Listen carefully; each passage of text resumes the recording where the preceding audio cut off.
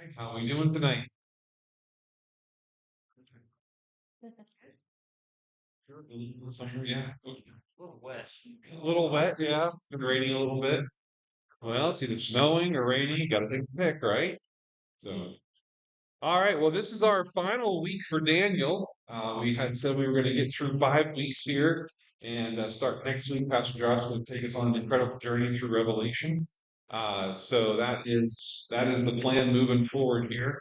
Um, Part five. So if you have your handout, hopefully you're looking at part five here. Tonight, you'll want to make reference to the map that has the divided kingdom on it. That you can find that all the way back on your week one handout if you're still holding on to that. Or I actually put it on the back of tonight's handout as well. And I did it like sideways so it can get bigger. So whatever helps for you. But tonight's vision is by far the most detailed of all the visions that we find in Daniel.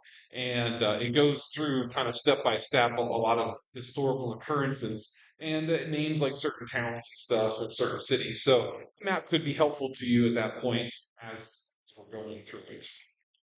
But so let's get started here so we can finish close to on time, perhaps, maybe. And I appreciate you all again last week for being gracious, giving me some extra minutes. So yeah, I have a really thick handout tonight, but so I think some of it's just a big chunks of readings that I wanted to offer to you today. So I don't think it's maybe as intimidating as it looks. Maybe it is. I don't know. As I was finishing up and it came in at 16 pages, I'm like, what's wrong with me? It's not good. But all right, so Daniel has 12 chapters, and we're going to start in chapter 10 tonight. So, but 10, 11, and 12 are all the same unit. So, I mean, it would make for a very long chapter if this last vision was all included in one chapter. But sometimes, when I don't know, do you do this ever? I know I've done it, and you just got to be careful of this. As you're reading through the Bible, you can get very chapter focused. And you can read like, oh, I'm going to read a chapter a day, or like something like that. That's a good thing. If you're not reading at all, a chapter a day is great. Anytime's good. But a lot of times you get to the end of a chapter and the section of scripture hasn't ended yet. So this is one of those cases where 10, 11, and 12 are all one unit. So here's kind of the breakdown. You can break it down into three parts. I'll read my opening introduction paragraph here. So it says Daniel 10 through 12 is a single unified vision, which can be broken down into three parts. So chapter 10, verses 1 through 11, 1. Daniel is visited by a heavenly figure. In this case, it's not named. A lot of commentators think it could be just Gabriel because we've seen Gabriel already in previous visions, but this heavenly figure is not given a name. So we're just going to refer to him as the heavenly figure. So Daniel's visited by a heavenly figure to answer a prayer in a manner reminiscent of the previous chapter. So if you remember from chapter 9, Daniel's praying, and then Gabriel shows up and says, I've come with a word. Very similar scenario here, right? Daniel's in prayer, and the heavenly figure shows up to bring a word. So very, very similar.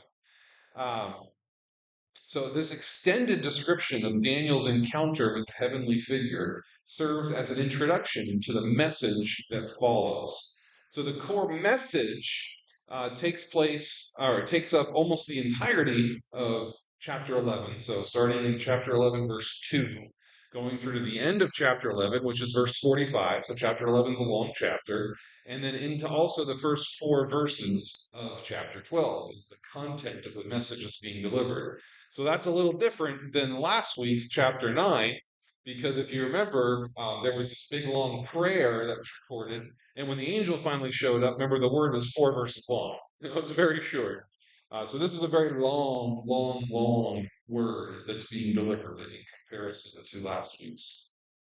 But in that message, again, it's the most detailed of any of the visions that we find in this book. Events from the time of Cyrus the Great, the first Persian king, unfold with increasing specificity until the narrative reaches the time of Antiochus IV, who occupies more than half of the entire message. So, just as an example, to show you, spell this out later, but one verse is dedicated to the entire Persian Empire. One verse is dedicated to Alexander the Great. However, over 20 verses are dedicated to Antiochus, right?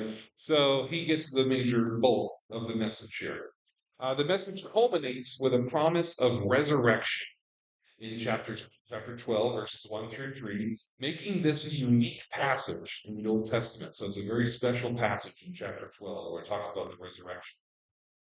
So finally, then, in chapter 12, verses 5 through 13, the vision closes by returning to the question, how long? So, chapter 8 very specifically asks that question, how much longer is this going to be going on for? Chapter 9 also addressed that. How much longer is this going to be going on for? This vision also is going to address that. How much longer? So, when you see this repetition of this theme, you know that this is a major selling point of the vision. It's a major sticking point here. The people that are going through these horrors, all of them have one question on their mind: how much longer is this going to go on?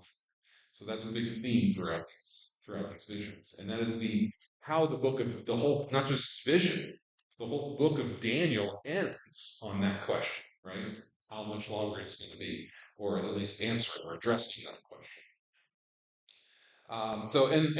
In the answer to that, we're going to see familiar expressions such as a time, two times, and half a time. We've seen that before. Or the time of the end, or the abomination that desolates. These are phrases that have been in almost every one of the visions to this point. So while this closing section adds little new information, it ends with a promise central to Daniel's message. Happy are those who persevere. Happy are those who persevere is one of the closing lines. So, in addition to examining the message, like just the context, the message, the content, the message of this vision, two other important points of interest will be explored in tonight's lesson. First is a fancy sounding word, angelology. So it's the study of angels, or this is something that had developed by the time we get to the second century BC, is this fuller understanding of the angels which are in heaven and how they operate and the roles in which they function. Names are starting to be given to angels, such as Gabriel and Michael, amongst others. So this is something that is a much later development, and you don't really find any of this in the Old Testament. We'll talk about, other than here in the book of Daniel, which is written much later. So we'll talk about that a little bit. And we're also going to talk about bodily resurrection.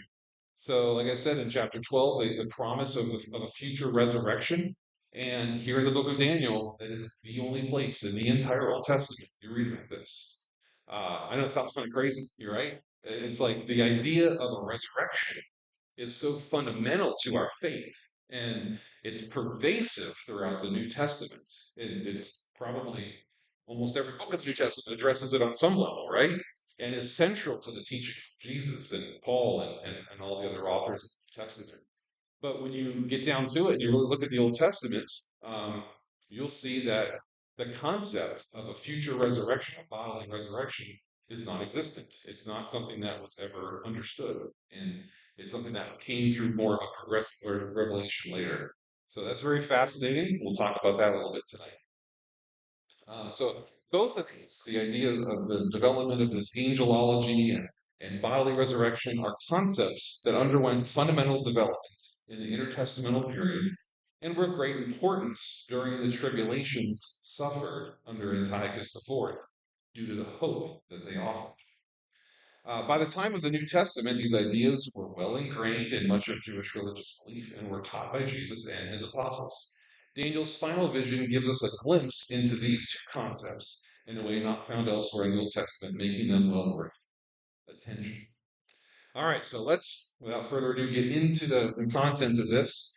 Chapter 10. And so let's read the first 4 verses. This gives us the setting for when this vision comes to Daniel. It says, in the 3rd year of King Cyrus of Persia, a word was delivered to Daniel, who was named Belteshazzar. The word was true, and it concerned a great conflict. He understood the word, having received understanding in the vision.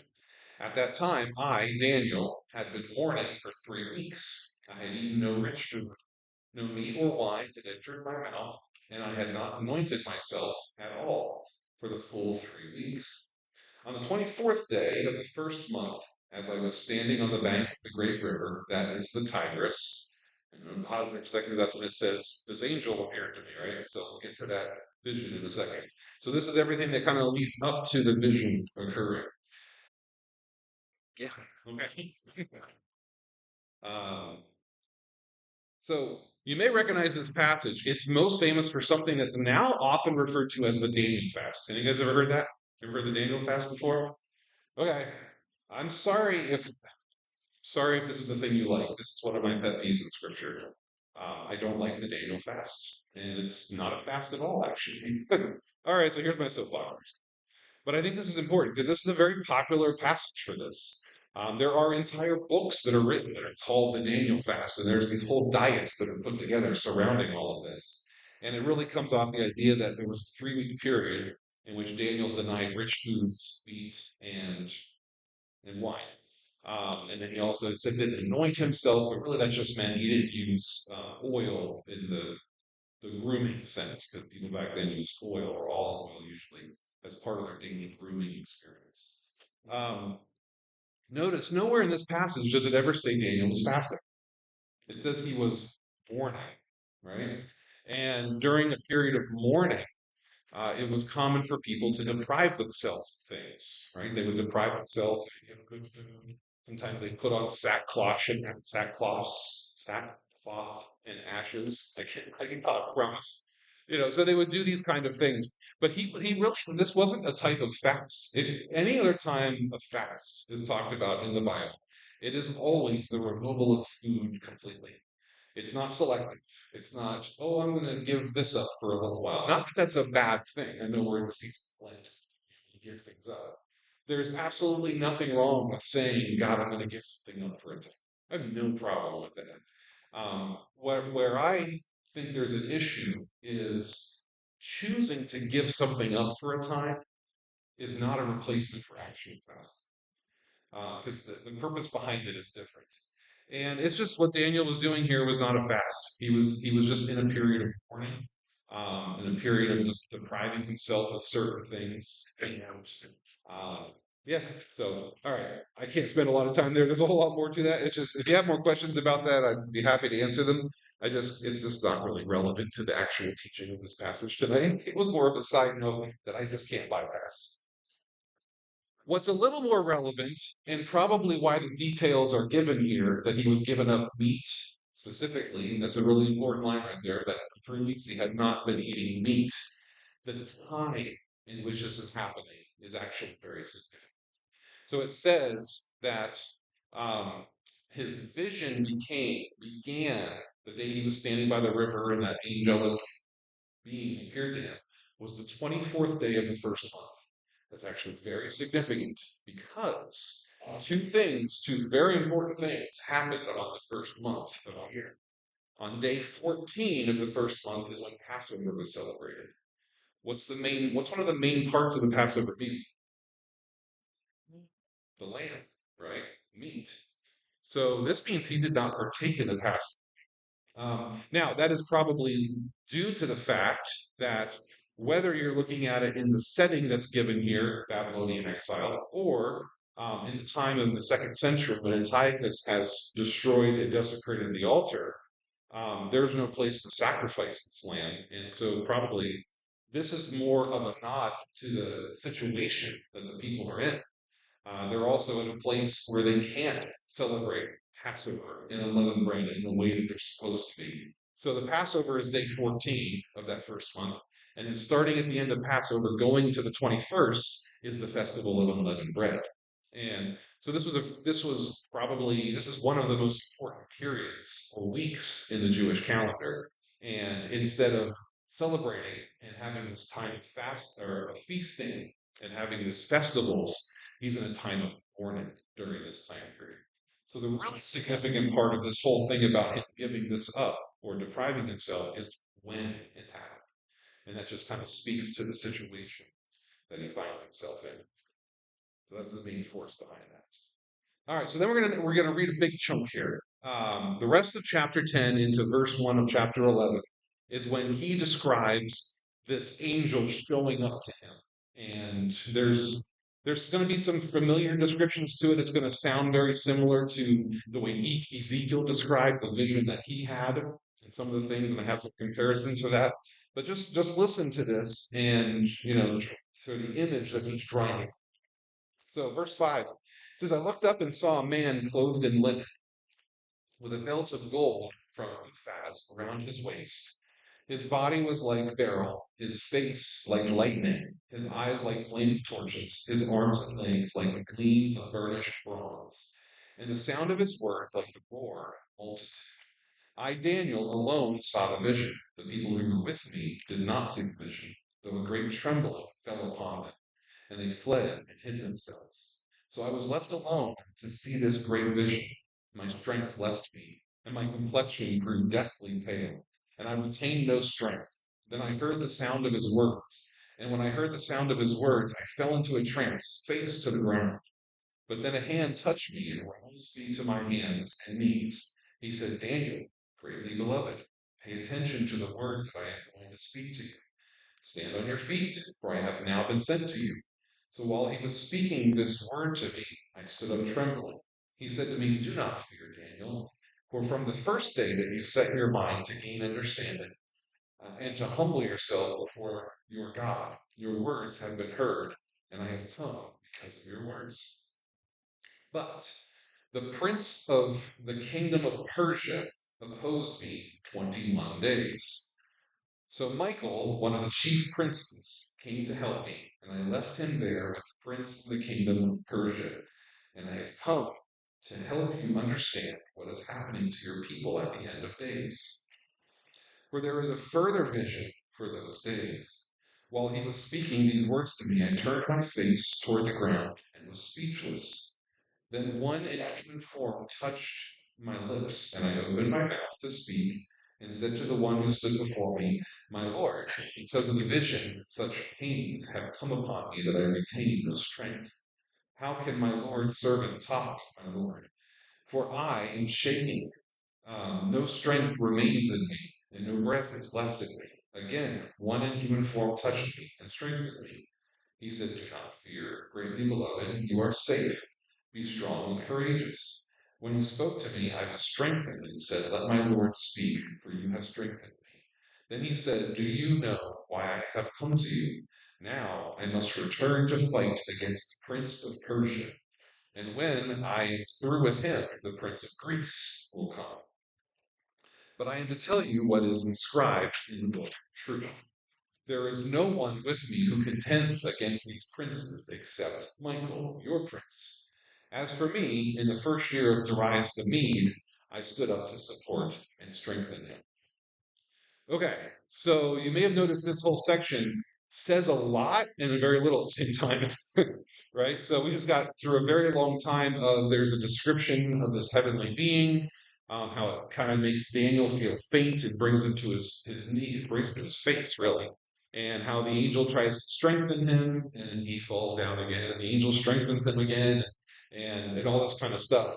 So this is just very well. You can see just below it here. I have some comparisons. We're not going to go through all of them, but there's very strong comparisons to what Daniel's writing here, to what Ezekiel experienced in the vision that he recorded in his book. Some of the lines themselves are almost word for word. So it appears that the author of Daniel is pulling heavily from the Ezekiel tradition there. And but what you also see is that this description parallels encounters with heavenly realms or beings in many other Jewish apocalyptic writings. So I've talked about this already, about this genre that's being written in here. The book of Daniel is called apocalyptic literature. And it's something that by the second century BC is really in full force. And there's a lot of contemporary writings to the book of Daniel, second century, even the first century, and then even continuing into the first couple of centuries AD. And in so many of them, we see very similar occurrences. How just before a word or a vision is delivered, there's some kind of an encounter.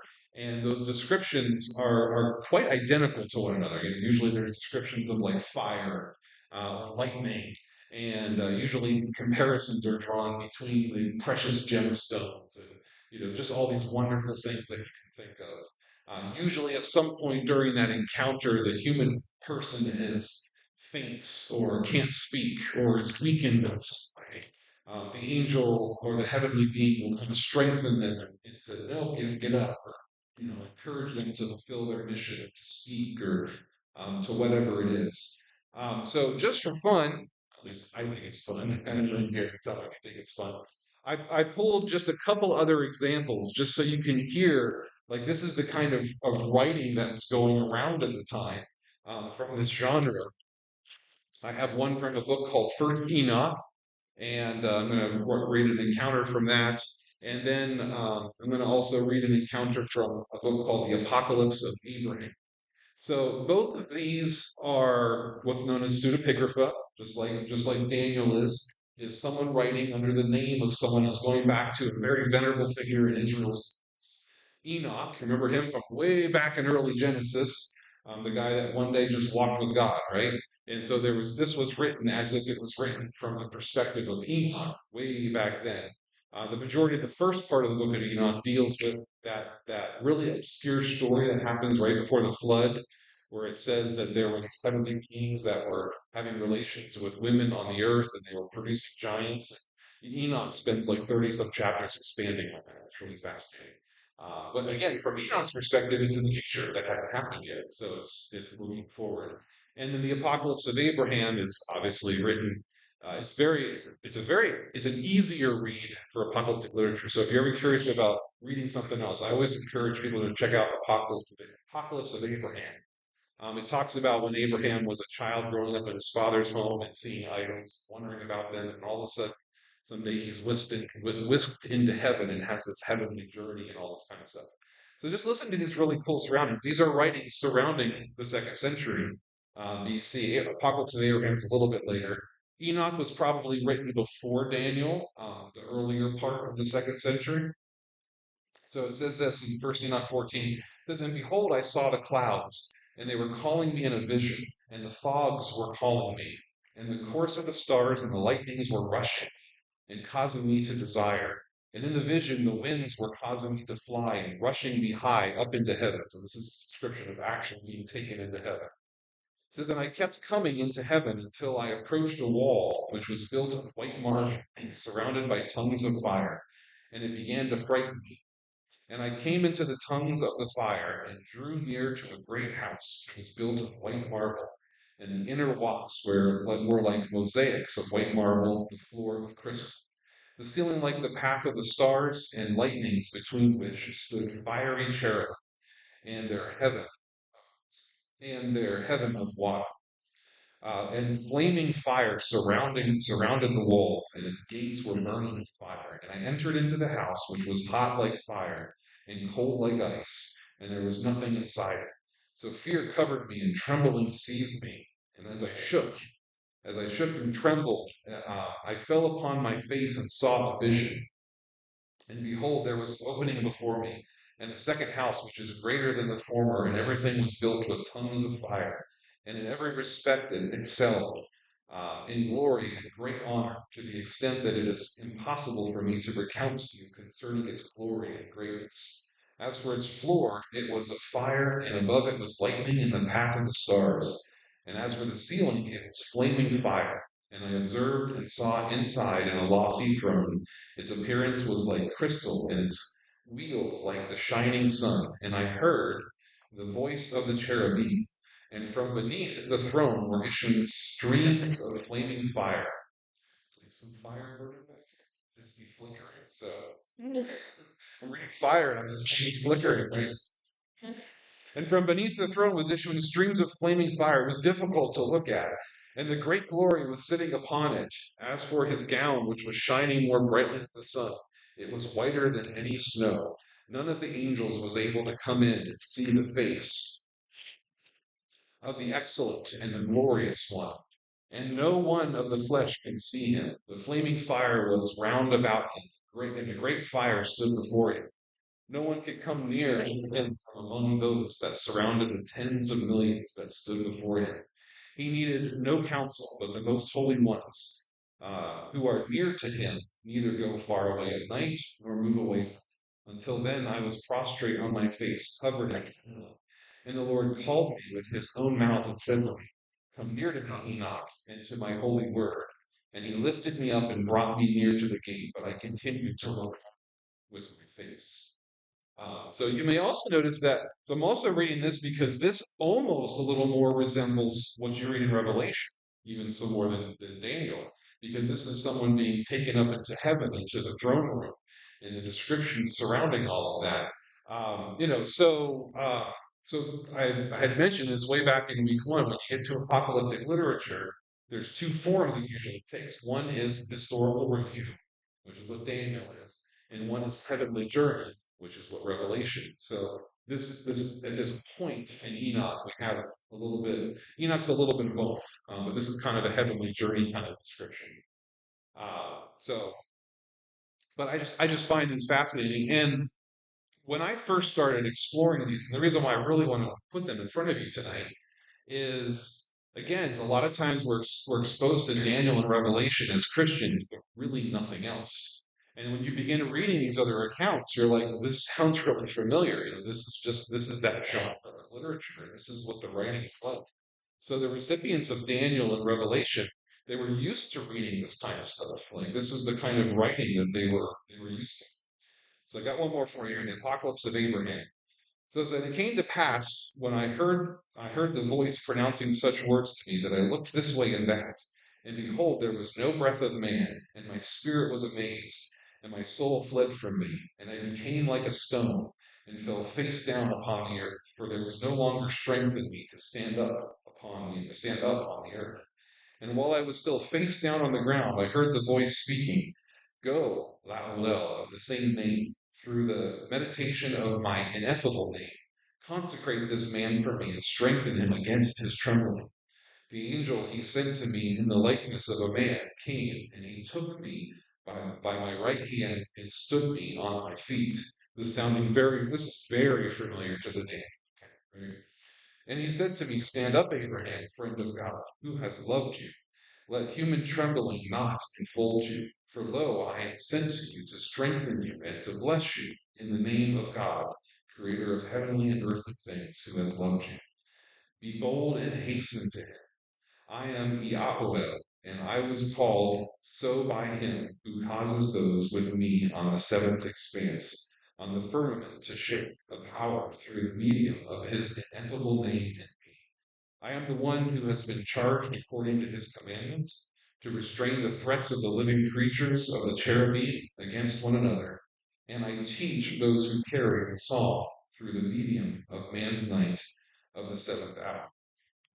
I'm going to stop there because it goes on. I'm doing a lot of reading here. But a couple of things I wanted to show you. So we see Abraham not being able to stand, the angel raising him up. But we also see in this one here, we see some names of angels, like Hallel and Yahweh, they're weird to pronounce. But notice they always have L at the end. Did you notice that? So does Gabriel, it ends in L, right? So does Michael, it ends in L. All the angels' names in these apocalyptic literatures all end in L, because L is the word for God in Hebrew, right? And so sometimes the way we say them in Hebrew, like Michael, it's hard to pick up on that. But in Hebrew, it's actually pronounced Michael, right? They actually all end with an ale at the end. Gabriel is Gabriel. So that is something, something God at the end of it. So we see names of angels. This is something that we don't see in the Old Testament until we get to these more second century writings. And we see roles. Did you notice the part here in the Apocalypse of Abraham? He's saying, I'm the one who's been appointed to do this and this, this. We see a similar thing in Daniel, right? That, Michael's been appointed to do this. They have specific roles and jobs. So this is the type of angelology that's kind of developing by the time you get to the second century, is this idea of the angels having names, having roles, having functions within the spiritual workings and all that kind of stuff. And so we see that being reflected in Daniel in a way we just don't see it anywhere else in the Old Testament. Okay. All right. So that is that's the main visitation from the angel there. But I want to one little section of that part that I read in Daniel that I want to point out. The last thing I want to mention here is cosmic warfare and angelic ranks. I kind of talked about angelic ranks a little bit, where all these angels have certain roles and functions and things that they do. That's a development around this time period. But cosmic warfare is something that you see a lot of here as well. So notice the part, to me at least, as you're reading this chapter 10 of this visitation from this angelic being that always stands out to me, that almost seems a little strange, is when it says, we're assuming maybe it's Gabriel, but the heavenly being says, I came to you as soon as you start praying, which was 21 days ago. Remember, Daniel for 21 days has been denying himself, right? He says, but the kingdom or the prince of the kingdom of Persia opposed me 21 days. So there's the explanation as to why it took me 3 weeks to get to, right? And so what is that talking about? So remember I think it was when we talked about chapter 7, I hit on this pretty hard. A belief system back then was that everything that happens in the world is really just a shadow of what's actually happening in the heavenly realms. And that's what we see here. Okay? So this account that's going to come in chapter 11 is a description of the conflict that is happening within Persia and Greece and the Ptolemies and the Seleucids, all the stuff that the history we've talked about already. We're going to go over it again tonight.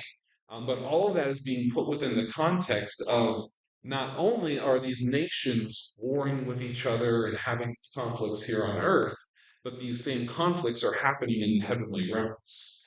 And, I've just dealt with the Prince of Persia. So that is the heavenly being that is kind of over Persia, which, maybe we're including that more with a demonic force, right? There's the angels that are kind of for the people of God. And there's actually a belief system by the second century, something I'm going to read later, that it actually says that the people of God actually have no spirit or angel over them because God is the one that's over them. So the idea is God is over the people of God, and he sends angels to help and to do things. But these other nations all kind of have spirits that are over them. And so the concept is in this heavenly realm, spiritual world, you have this heavenly conflict, which is then shows up in the earthly world. All right. So this heavenly being is coming through that conflict, and he says, I left Michael to fight them while I came to talk. He's dealing with them right now. But then in verse 20, he says the same thing, right? Then he said, do you know why I have come to you? Now I must return to fight against the prince of Persia, and when I am through with him, the prince of Greece will. All right, and that's what we're about to get to. Here we're going to talk about the history of dealing with the Persians and then dealing with the Greeks. The same thing's happening in the spiritual world, right? There's contention, there's conflict with the prince of Persia and then with the prince of Greece. And that's what we're going to be dealing with. So, and he also says in verse 11:1, which I find interesting, says, as for me, in the first year of Darius the Mede, I stood up to support and strengthen him. So that's just, remember in the Daniel timeline, Darius the Mede was the one that overthrew the Babylonians. And so that was written of as something, as an act of God. So, in the spiritual world, I'm opposing Persia and Greece, but the Medes, we kind of help them do their thing against Babylon. So he's just saying, they do good things. I don't know. He's throwing it out there. But you just get this picture of this cosmic warfare that's going on.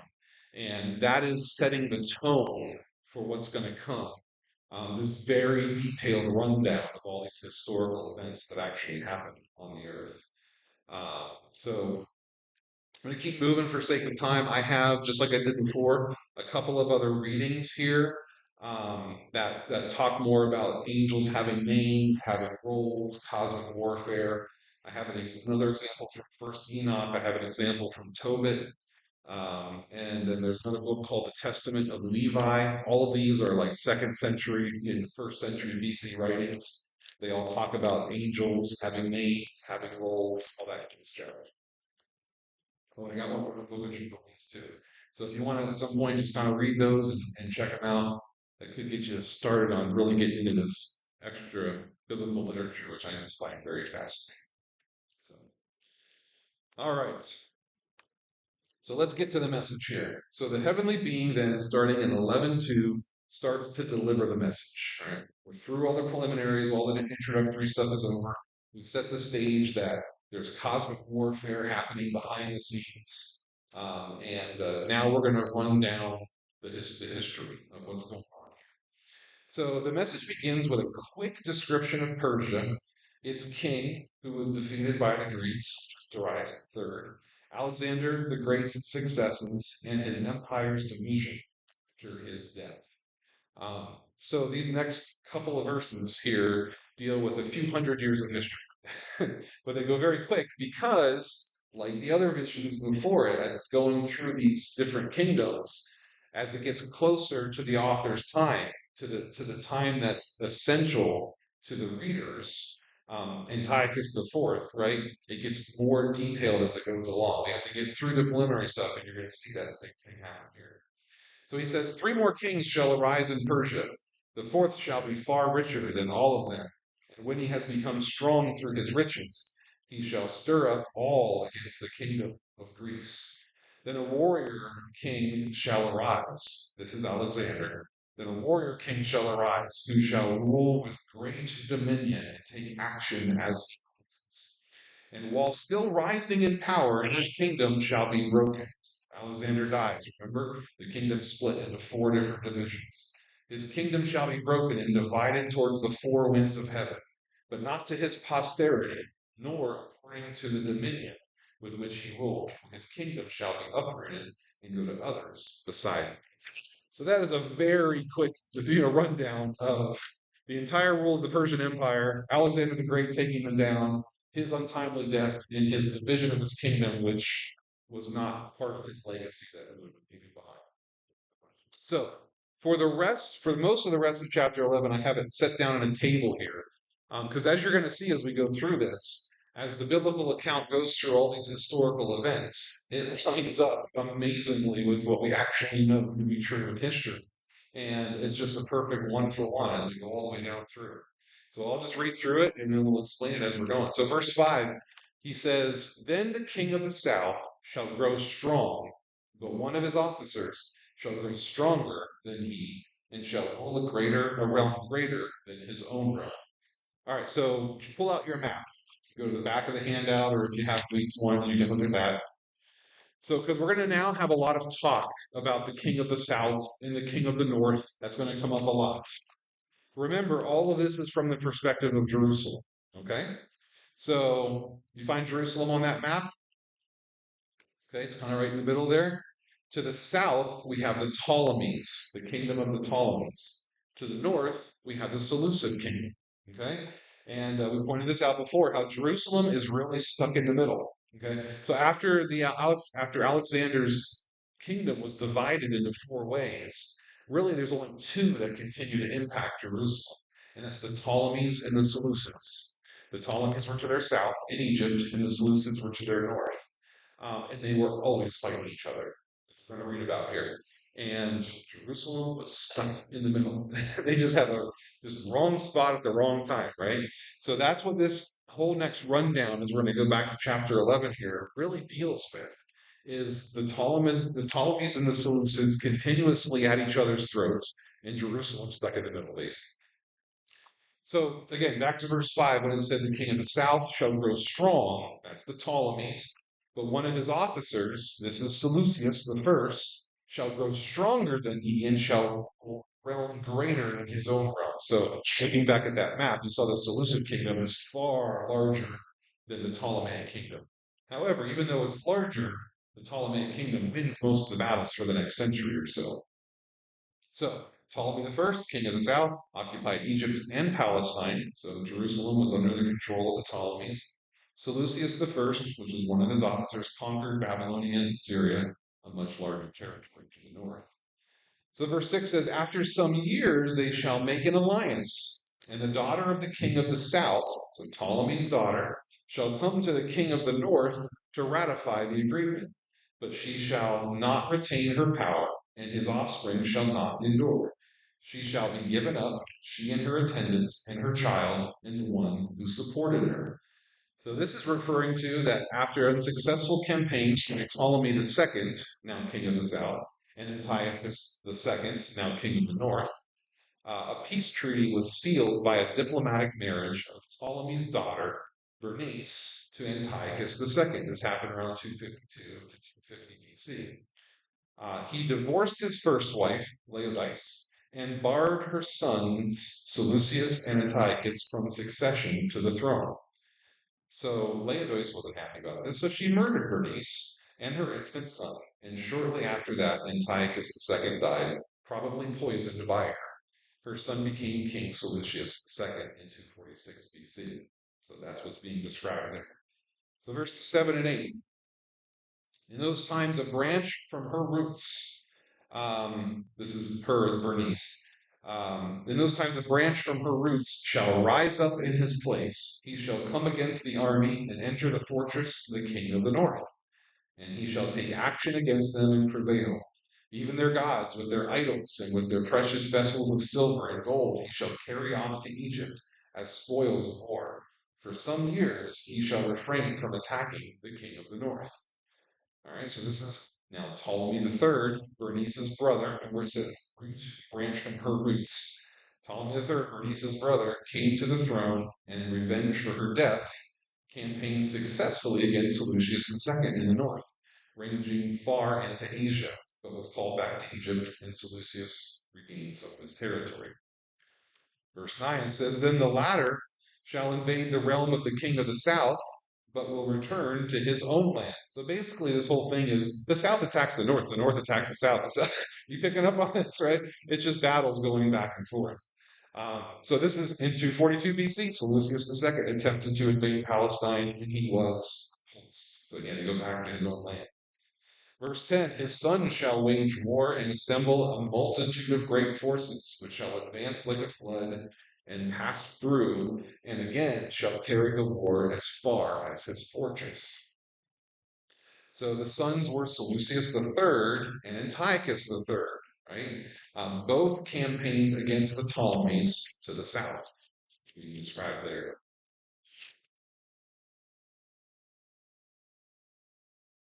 Moved with rage, the king of the south shall go out. Back to the biblical text here, verse 11. Moved with rage, the king of the south shall go out and do battle against the king of the north, who shall muster a great multitude, which shall, however, be defeated by his enemy. When the multitude has been carried off, his heart shall be exalted, and he shall overthrow tens of thousands, but he shall not prevail. So this is Antiochus III. He invades Palestine in 217 BC. You get as far as Raphael. You can find that on your map if you want to look on the southern border where he was defeated by Ptolemy IV. Verse 13 says, For the king of the north shall again raise a multitude. So we're still in Antiochus III here. Larger than the former, and after some years he shall advance with a great army and abundant supplies. So between 212 and 205 BC, Antiochus III was occupied with subduing the eastern parts of his empire. Constant battle.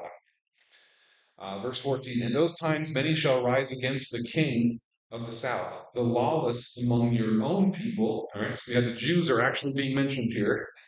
The lawless among your own people shall lift themselves up in order to fulfill the vision, but they shall fail.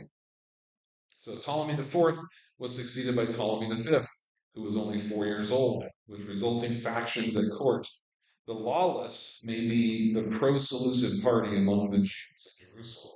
So go back to week 1. If you remember, we talked about this whole, towards the end of this whole Ptolemy Seleucid war going back and forth, which was about a century's worth of time. Towards the end of that, most of the Jews were in favor of the Seleucids taking over. They were sick of Ptolemaic rule, and so some of them were rising up against and joining the Seleucid party. So verses 15 through 16a, it says, And the king of the north shall come and throw up siege works, take a well-fortified city, and the forces of the south shall not stand, not even his picked troops. For there shall be no strength to resist, but he who comes against him shall take the actions he pleases, and no one shall withstand him. So Antiochus III invaded Phoenicia and Palestine successfully now. Antiochus III, the Seleucid king, defeating the Egyptian Apaneus and besieging Sidon until it fell. And then in verse 16b, we have a reference to Jerusalem here. He says, He shall take a position in the beautiful land, and all of it shall be in his power. So the beautiful land is Jerusalem, and all of Palestine finally came under Seleucid control in 199 BC is when that happened. So the Ptolemies are not completely defeated. They still control Egypt, but they've been repulsed back down out of where Jerusalem is, and now that's under Seleucid control. And that happened under Antiochus III. Um, so verse 17 says, he shall set his mind to come with the strength of his whole kingdom, and he shall bring terms of peace and perform them. In order to destroy the kingdom, he shall give a woman in marriage, but it shall not succeed or be to his advantage. So this is more actions of Antiochus III. He gave his daughter Cleopatra in marriage to Ptolemy V. But it says it was not to his advantage, and it's because she then loyally supported her husband Ptolemy. So that plan didn't work. Verse 18, afterward he shall turn to the coastlands and shall capture many, but a commander shall put an end to his insolence, and indeed he shall turn his insolence back upon him. So if you remember again the history way back in week 1, I did say it would become important at some point. Because this is all right here, right? Antiochus then, it says, when he shall turn to the coastlands, this is when he started going through Asia Minor and working his way towards Rome. If you remember Antiochus III, he's having a lot of successes. He's finally beating back the Ptolemies, and he decides, I'm going to go take on Rome. This is where things get really bad for the Seleucid kingdom. And that's what's described here. So Antiochus III, as he's going in Asia Minor, reaching as far as Thermopylae in 191 BC, where he was defeated by the Romans. They drove him out of Asia Minor, and after his defeat at Magnesia in 190 BC, after the defeat, the Romans imposed a heavy indemnity upon the Seleucid kingdom. So this is where we start getting to one of the cores of the issue, was the indemnity that was imposed upon the Seleucid kingdom for attacking Rome. And from this point forward, the Seleucids always owe a lot of money to Rome. And so they're going to begin raiding temples of all of their conquered peoples to try to steal their money to go pay off Rome. And this is where problems begin to really come in. So, really, it's Antiochus III's loss to the Romans, which sets the Seleucid kingdom on a downward path. But that downward path was very bad for its people. And Jerusalem is now considered within that realm, so it becomes very bad for Jerusalem. So, and then verse 19, it says, then he shall turn back toward the fortress of his own land, but he shall stumble and fall and shall not be found. So this is likely describing Antiochus III's death.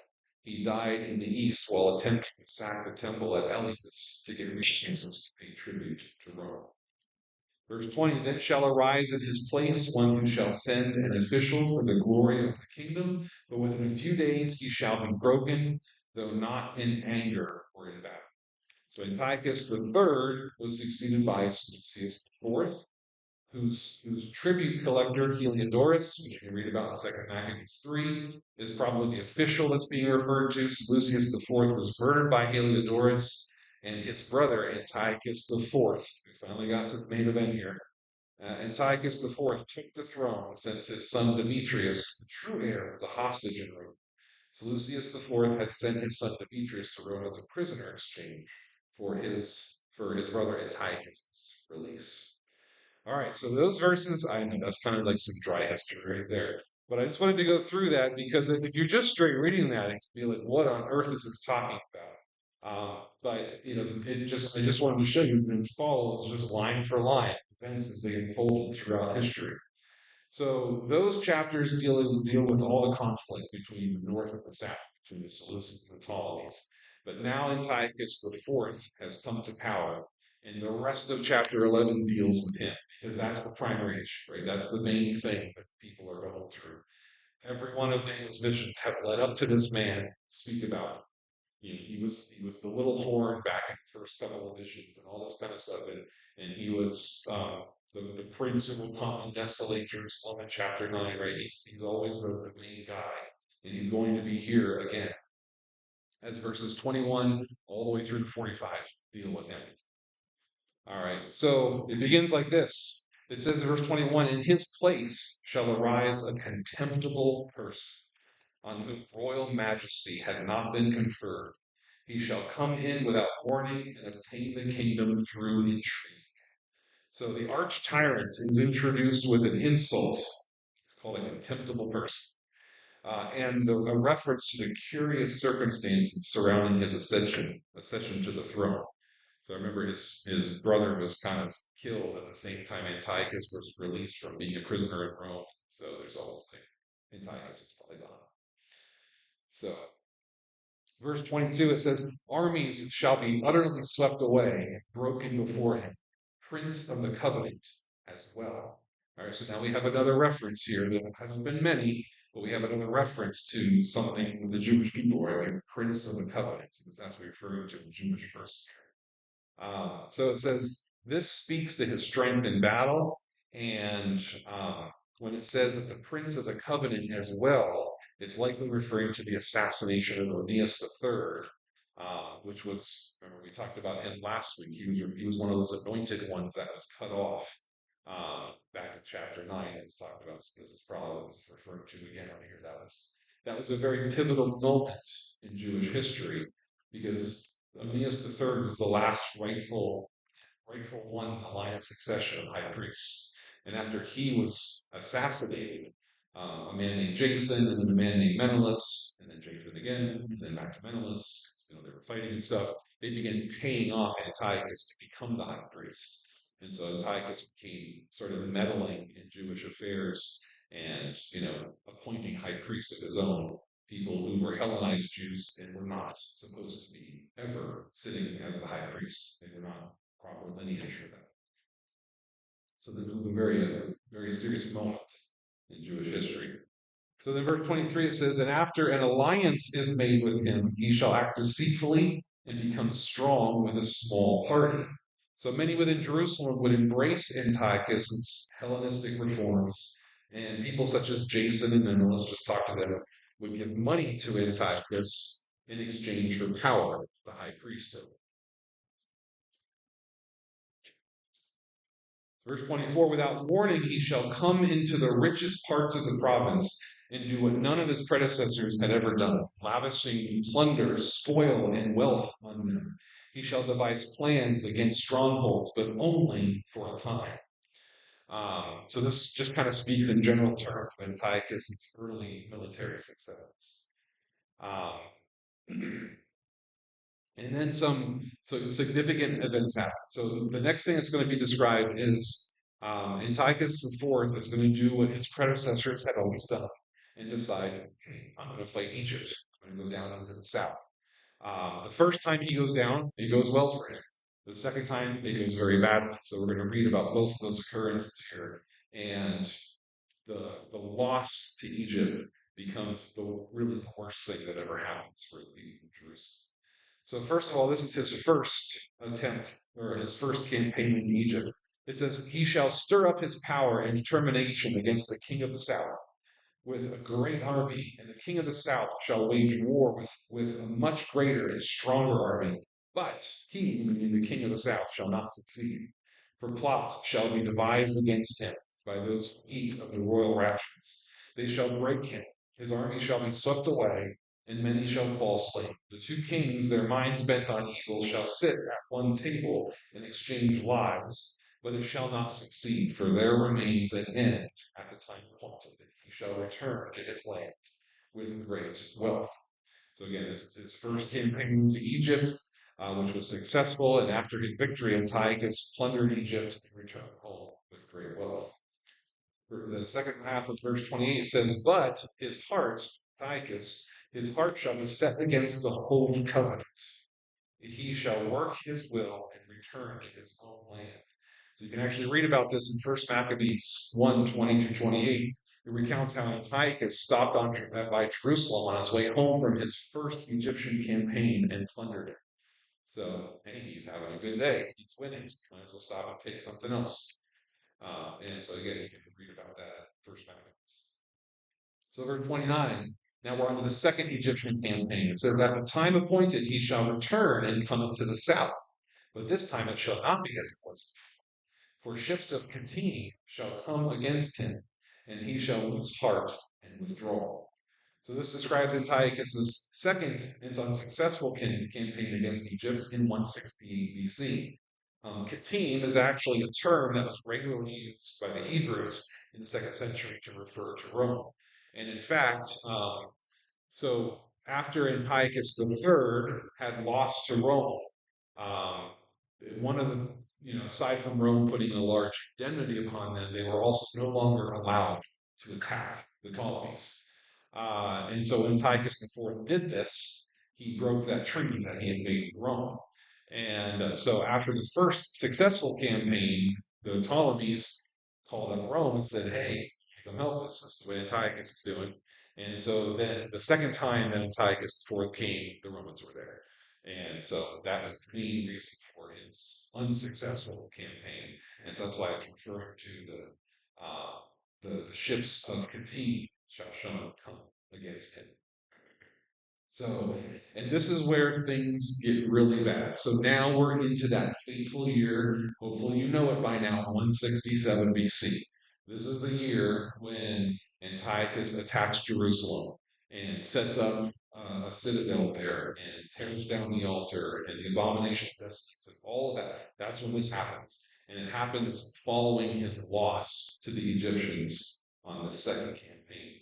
So this describes that right here, starting in verse 30. It says, he shall be enraged and take action against the holy covenant. He shall turn back and pay heed to those who forsake the holy covenant. Forces sent by him shall occupy and profane the temple and fortress. They shall abolish the regular burnt offering and set up the abomination that makes desolate. He shall seduce with intrigue those who violate the covenant. But the people who are loyal to their God shall stand firm and take action. So, I don't need to read that. I kind of explain that. So then in verses 33, we're going to have this almost a side note about the wise. Okay? And so the wise is probably referring to the author of Daniel and people like him. So people that are trying to give wisdom and understanding to the people in the middle of everything that's going on. So verses 33 to 35 says this, the wise among the people shall give understanding to many for some days. However, they shall fall by sword and flame and suffer captivity and plunder.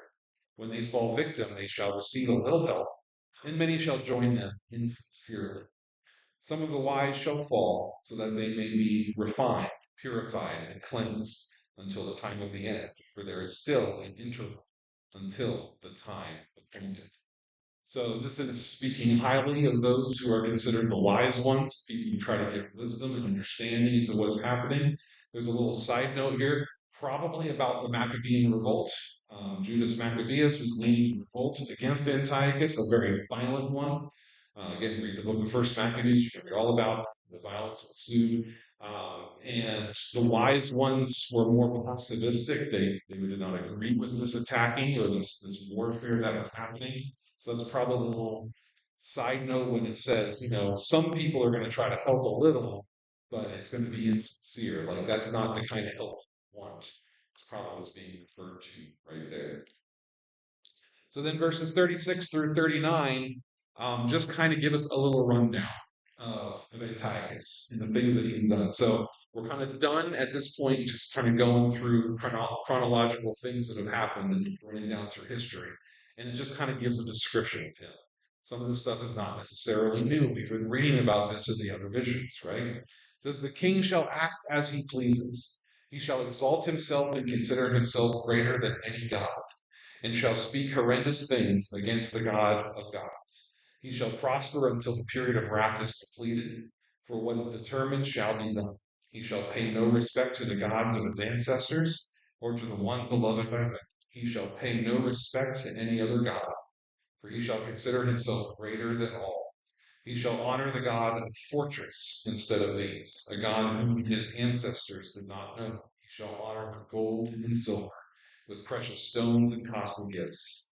He shall deal with the strongest fortresses by the help of a foreign god. Those who acknowledge him, he shall make more wealthy, and shall appoint them as rulers over many, and shall distribute the land for a price. So again, These verses kind of are a summarized rundown of Antiochus IV's reign. It highlights his setting himself up as a god, his actions against the one true God, and his dependence upon military force, and also his willingness to give power and money to loyal followers.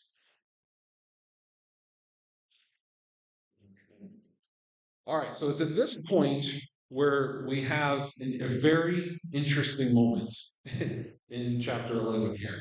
So we're still talking about Antiochus, but everything from this point forward changes. All right, as you have just seen by this table that I put down, everything up until this point, we can look back in the historical records that we have, not just from the Bible, but from other sources as well, and we just see how everything lines up perfectly, right?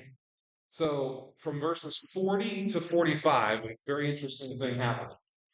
It's now going to go into a prediction of Antiochus the Fourth's demise. Okay, and it is at this point in the book where we can no longer line up everything with history and say this happened, this happened, this happened, this happened exactly as it's recorded to happen.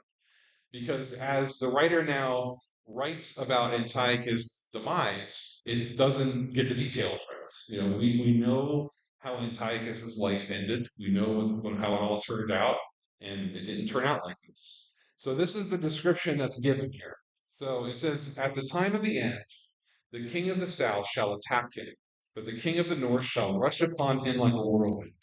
And notice even as we're reading this, the tone of everything has changed a little bit. You can just feel it just feels different. It's going to start talking about the Edomites and the Edomites, the Ammonites, and like the Moabites. It's like, where are these people? All of a sudden, right? Like it's going to sound a little more like biblical prophecy than it has to this point. It just sounds different. So, anyway, it says, at the time of the end, the king of the south shall attack him. But the king of the north shall rush upon him like a whirlwind, chariots and horsemen with many ships. He shall advance against countries and pass through like a flood. He shall come into the beautiful land, and tens of thousands shall fall victim. But Edom and Moab, and the main part of the Ammonites, shall escape from his power. He shall stretch out his hand against the countries, and the land of Egypt shall not escape. He shall become ruler of the treasures of gold and of silver and all the riches of Egypt, and the Libyans and the Ethiopians shall follow in his train. But reports from the east and the north shall alarm him, and he shall go out with great fury to bring ruin, complete destruction to many. He shall pitch his palatial tents between the sea and the beautiful holy mountain, yet he shall come to his end with no one to help him. And that concludes the rundown of all the Antiochus stuff. So basically, what's being talked about here is a third campaign against Egypt, right? And one in which he is successful, and then all of a sudden, when he leaves out of Egypt, he's camping at some point on the Mediterranean coast, and it's there that he dies. So that actually, none of that ever happened. So this is where we're kind of left with a question at this point. What do we do with this passage? And it's at this point where interpretations kind of split. Everything leading up to verse 40, we've talked about in this class, there's various ways to interpret all these visions. Generally speaking, almost everyone, no matter really what side of the aisle you find yourself on and trying to understand these visions, pretty much agree on the historical rundown of everything leading up to verse 40. Even if you say, it's written back in the time of Babylon exile, it's all futuristic, or it's written in the second century and Daniel's looking back, there's no denying. It's just laying out the facts of what happened throughout history. So what do we do with this last part? These verses that seem to, that have never really actually happened. And it's obviously, it's describing Antiochus attacking Egypt because it's king of the north, king of the south, Egypt, all that same language is still there, but it just never really happened. So two options are the main two options that people go with. Option one says, well, at this point, the events that are described are probably referring to something in the future, our future, that has not happened yet. And looking forward to the demise of a future antichrist or something along those lines. Popular view, I struggle with that view for a couple of reasons. One, there's truly nothing in this text that says all of a sudden we're going to jump thousands of years. right? Like it doesn't really make any sense to do that. There's no indication that it's doing that. And also, if you think about it for a second, those who are the recipients of this, who are reading this, who are reading about Antiochus and all these things that are going on, and they've already been promised in previous visions that there's going to be an end put to this, and that there's some hope that's being happening here. And then all of a sudden, we jump to thousands of years in the future. If I was one of those original readers, honestly, my response would be, why do I care? Like, what does that mean for me? Like, what does that do for me? Like, I don't care. That doesn't help me at all. Um, I kind of equate it in some ways to, if like, just like, let's just try to put ourselves in their situation. And you're praying to God and you're going through something horrendous. God shows up and an angel shows up or something and says, I've got an answer for you. We've heard your prayer, right? 25,000 years from now, something cool's going to happen. Honestly, my response would be, I don't care. I don't know. That's my honest feeling on that, and it feels like such a massive departure for the intention of this book that I have a hard time buying into that. All of a sudden, it's just jumped to some massive future event. Um, and also, just not just because it doesn't really make sense with the rest of the book and the rest of the vision, but because just the language of the king of the north, king of the south, Egypt, Edom, Moab, the Ammonites, really none of that has any place in any kind of a futuristic reality. Like that's just not important anymore, you know. But it's deeply important to the setting of the second century. Um, so the option two, the one that I would go with, and this isn't without its issues as well. Like the truth is, there's really no great way to try to.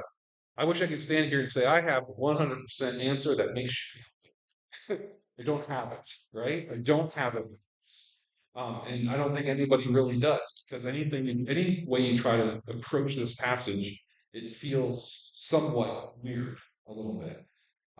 So the option two would be the author has written several times in his visions concerning the end of Antiochus' previous vision, but really only in general terms. If you think about it, in all the other visions, there's been an end, right? There's been the judgment day in chapter 7. In chapter 8, the little horn is going to be going down. In chapter 9, there's going to be desolations decreed upon the desolator, right? Like there's always an end, but it's very general. There have never been specifics given at any point when it comes to looking forward to the future. Um, the author now, in my opinion, seems to seek to add details to the claim that this is going to end for some kind of substantiation. So this option seems preferable as it does not interrupt the flow of the message by randomly jumping thousands of years into the future. This option also continues to speak directly to the original audience and offer them hope, which is the theme of all these visions. Admittedly, those who hold to this view need to come to some term, and to come to terms with its historical inaccuracies. Just the simple fact of, you know, what was said was going to happen didn't actually play out specifically that way. However, if you think about it, historical accuracy has never been the main sticking point of biblical prophecy in any way. Just look how last week, Daniel 9 interprets Jeremiah 70 years into a different understanding of 490 years. There was, after the time of the canon being closed, and then later in the second centuries and that kind of stuff, you look at a lot of these Jewish writings, and a lot of them are looking back at these prophetic writings and trying to make sense of them. We talked about that last week, how sometimes you read something in the Bible and then you look at your lived experience, and it's hard to reconcile those two sometimes. And so a word that God may have delivered to someone a couple thousand years ago that meant something very specific to them in that moment of time, maybe not the exact way that God would put it talking to you today. Does that make sense? It's not that the message has changed. It's not that the truth of God has changed. Notice here, no matter what's said in all of this, the bottom truth never changes, right? Antiochus' reign of terror will come to an end. God will come to your rescue, right? God will make good on his promise. Like none of those things change. And the teaching of you can still go to God and trust in him, no matter how horrible things have got like that. The basis of that doesn't change. Maybe just the way that message gets communicated might change a little bit. So anyway, so those are just some of my thoughts along that of why we have this out the way that it does. But it's an interesting passage, and it could just be one of those that someday when I get to see God, I'll be like, "Can you explain that one exactly to me now? Because I've been waiting a long time for this." And we'll all figure this out at the end someday. But it's an interesting passage to say the least. All right. But finally, we get to some really cool stuff. The way this book ends is so powerful, and there's some important things that are discussed in this final chapter. So the vision continues, or I should say the vision, the word, I mean, the vision still continues, but the word that's being delivered by the heavenly messenger is still going on at this point. So Antiochus has come to an end. And this is really cool because this is also now, like I said, this is the most detailed of all the visions, right? We've had very general statements of everything up to this point. The historical rundown, extremely detailed, all the way up to even giving an attempted, detailed example or prophecy of what's going to happen at the end of Antiochus. Antiochus has fallen. And up to this point in the visions in Daniel, we've heard things like God will establish his eternal kingdom or, that kind of stuff. But it hasn't gotten, it's been general, right? Very generalized, not much specific stuff. That's about to change as well. We're going to have something very specific that's put out here. So it says, at that time, Michael, the great prince, the protector of your people, shall arise. There shall be a time of anguish, such as has never occurred since nations first came into existence. But at that time, your people shall be delivered. Everyone who is found written in the book, many of those who sleep, this is the key part, many of those who sleep in the dust of the earth shall awake, some to everlasting life, and some to shame and everlasting contempt. Those who are wise, there's those wise once again, right? Those who are wise shall shine like the brightness of the sky, and those who lead many to righteousness, like the stars forever and ever. But you, Daniel, keep the words secret and the book sealed until the time of the end. Many shall be returning or running back and forth, and evil shall increase. So, verse 2, really important verse. It says, many of those who sleep in the dust of the earth shall awake, some to everlasting life, and some to shame and everlasting contempt. As I was kind of talking about the beginning of the lesson tonight, as a New Testament Christian believer, we read that and we're like, yeah, of course. Like that's, the entire New Testament talks about, the whole Bible talks about that, right? Someday there's going to be a judgment day, and there's, we're all going to be risen. There'll be a resurrection, and then there'll be this judgment, and be eternal reward or eternal punishment. Of course, like we know this. But as I said earlier, as crazy as it is to believe or to realize that that belief right there, that that's going to happen, is found nowhere else aside from right there. And that is yet another really great indicator as to the dating of the writing of this book. Because way back in the 6th century, this wasn't a belief that was held by the people, right? The 2nd century, by the time we get to the 2nd century, the concept of a resurrection was well developed. And it's in a lot of the Jewish literature of the time. And again, like I have earlier, I don't think I'm going to read them all. Go home, read them yourself. I have some examples here of descriptions of resurrections and all this kind of stuff, and the idea of the final judgment and everything. But this is so fascinating to me because there's probably very few teachings in the New Testament that is more impactful than this right here, right? I mean, I can't think of a whole lot more than this one. The fact that there is an eternal reward in eternity, right? Like in heaven, or however you want to describe it. Like that's fundamental to our understanding of what Jesus came to do, right? So that ultimately, when we die, we don't die. Ultimately, when we die, we have life, right? So that's kind of fundamental to the teachings of Jesus, and it's fundamental to the entirety of the New Testament. And this is not a truth that was developed or understood at any point in the Old Testament. but is fully developed by the time you get to the New Testament. What does that mean? That means God was speaking to his people during the intertestamental period. What we call the silent years, right? What we call the time where God's communication ceased. No, God was still talking to his people.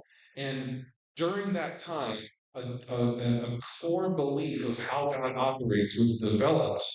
And it's a belief that's so core that it was almost one of the main talking points of Jesus.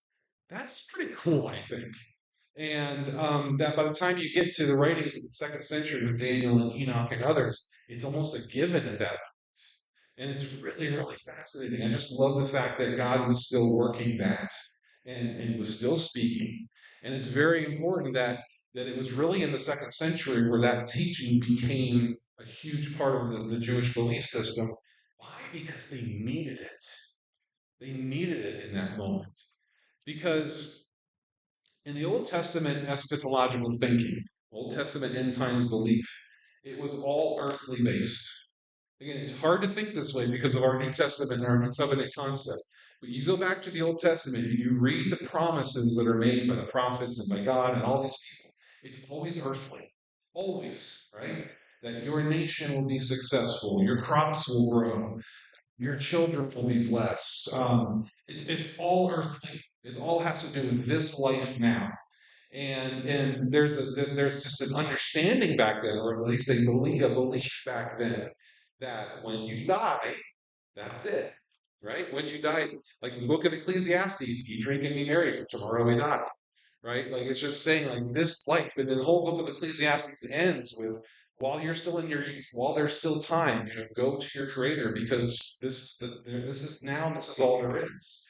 And the only hope that you had in the Old Testament was that you could pass this on to your children and your grandchildren and your great grandchildren, and that it would go on and on and on and on.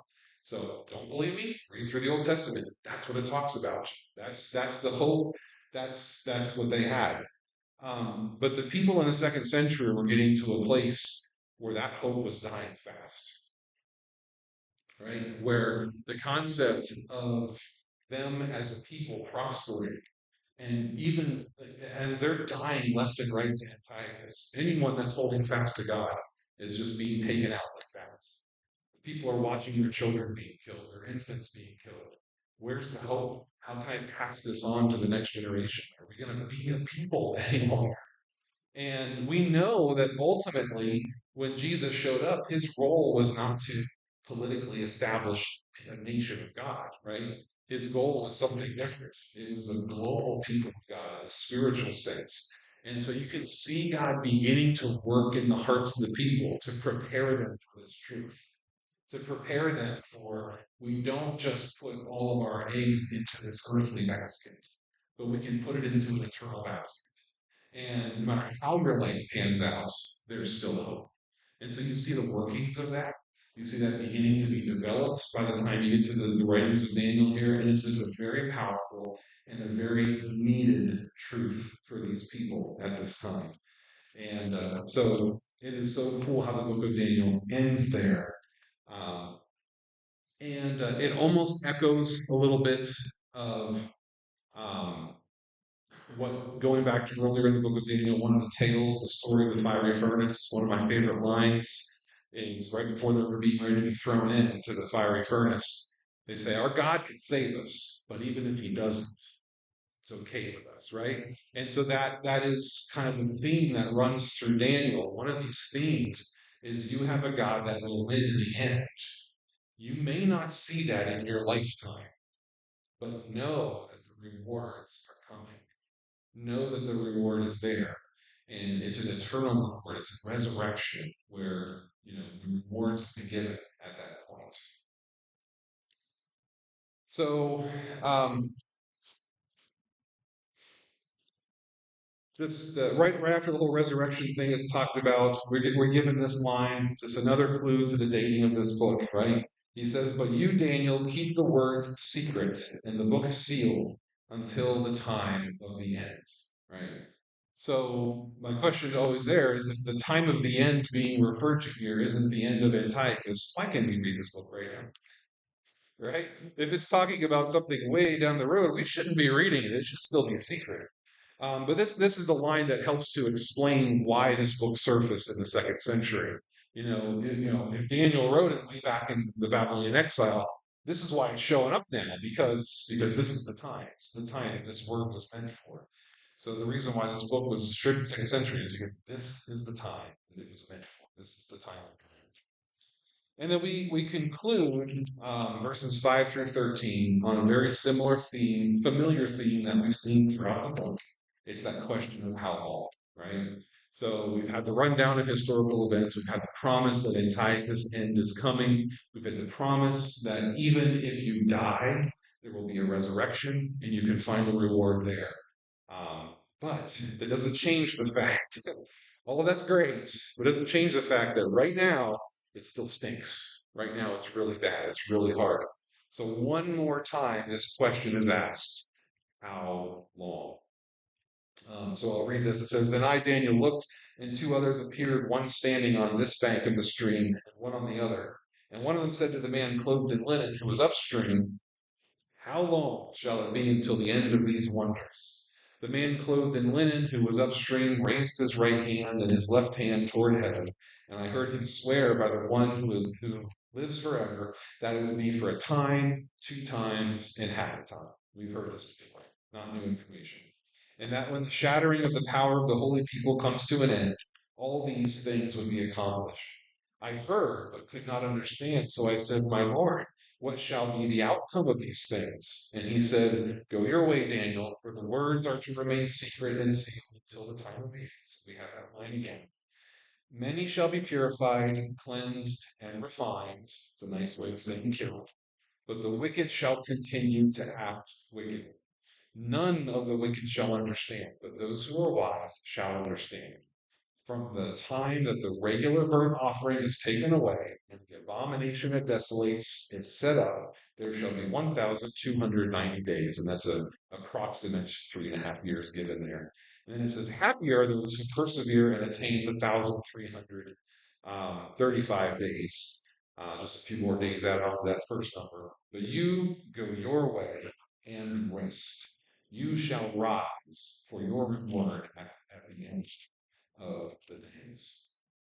So there's really not a whole lot of new information given here. That same question is asked, how long?